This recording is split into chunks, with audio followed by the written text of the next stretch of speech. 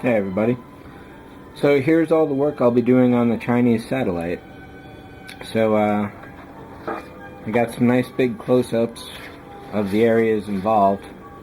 And when I initially got this balsa wood, I had thought it was maybe 2 to 3 times too thick. However, it turned out to be 3 to 5 times too thick.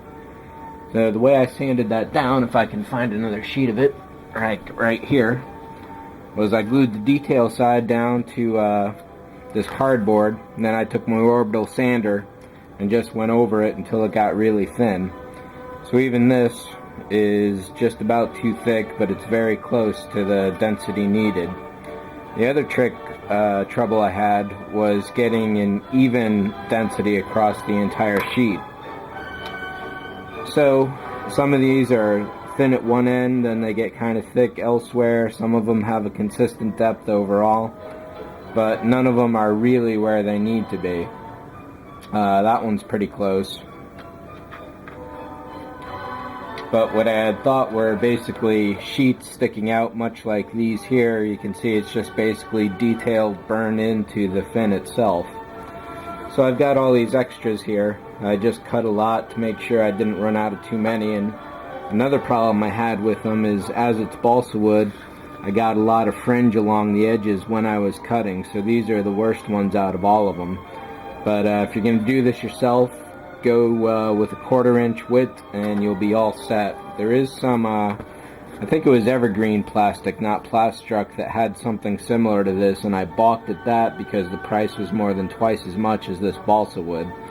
But clearly, that would have been the better choice because I wouldn't have gotten all that splintering on the edges. So that's the way that goes. Not too big a deal.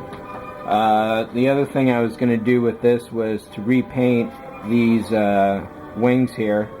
But after looking at some of the reference, those are kind of dark, so I just decided to keep it as is.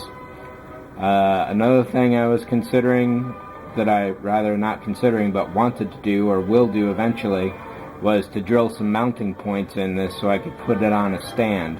I have not done that this time, and I will do that down the road someday. I had thought I could just drill out the center hole, would be nice and easy trick to do, but to cut this out, a perfect circle out of some styrene later, would be more difficult, so I'm figuring I'll probably just drill a hole straight into the resin somewhere and put a square piece of styrene over that to mask it when it's not being used. Yeah, so I guess that's pretty much it. This kit is done again, and this time it's pretty much done for a long time. When I put these panels on, I kind of went with the reference. Where's a good sheet here? Basically, the reference showed me that all the panels going on this side were very similar, and then all the panels going this way were pretty similar. So I pretty much just left it that way. I went with a long strip and then a shorter one, about not quite a third, on that side of it.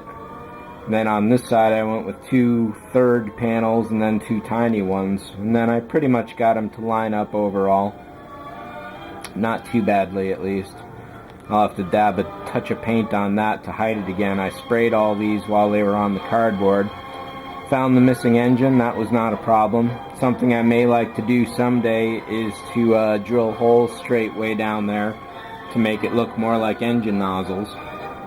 But again, that's a modification for someday, not for this time. Having a full size, this is about a 1/3 scale from what the actual studio model was. So the original was closer to 2 or 3 feet long, and this is somewhere in the 11 to 14 inches long, I think. Maybe it's closer to 9, I forget offhand.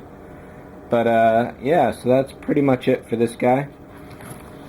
If anyone wants these spares for their kit, let me know, but I'd say just go out and get yourself the evergreen, or if you find a Plastruct version, go with that instead.